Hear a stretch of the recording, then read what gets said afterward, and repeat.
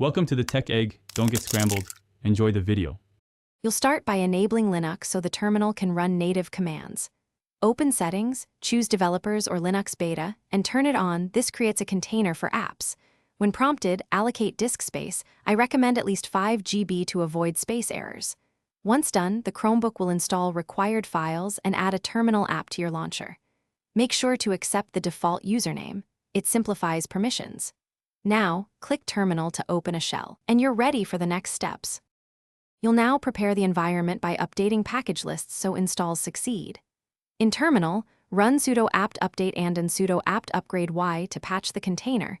This keeps tools secure. Next, install Essentials with sudo apt install git curl nano. These let you fetch repos, download scripts, and edit files.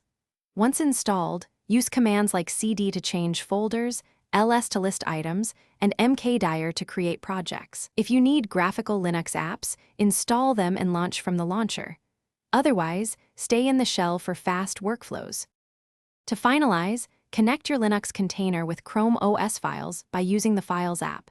You'll see a Linux Files section for drag-and-drop access. If you need remote workflows, enable port forwarding or set up SSH to reach services from other devices. Once everything works, create aliases or an init script to speed daily tasks. If something goes wrong, restart the Linux container, verify you have enough disk space, and rerun sudo apt fix broken install. That usually resolves missing dependencies and gets you back on track. Thanks for watching. Consider subscribing if I helped unscramble your problems.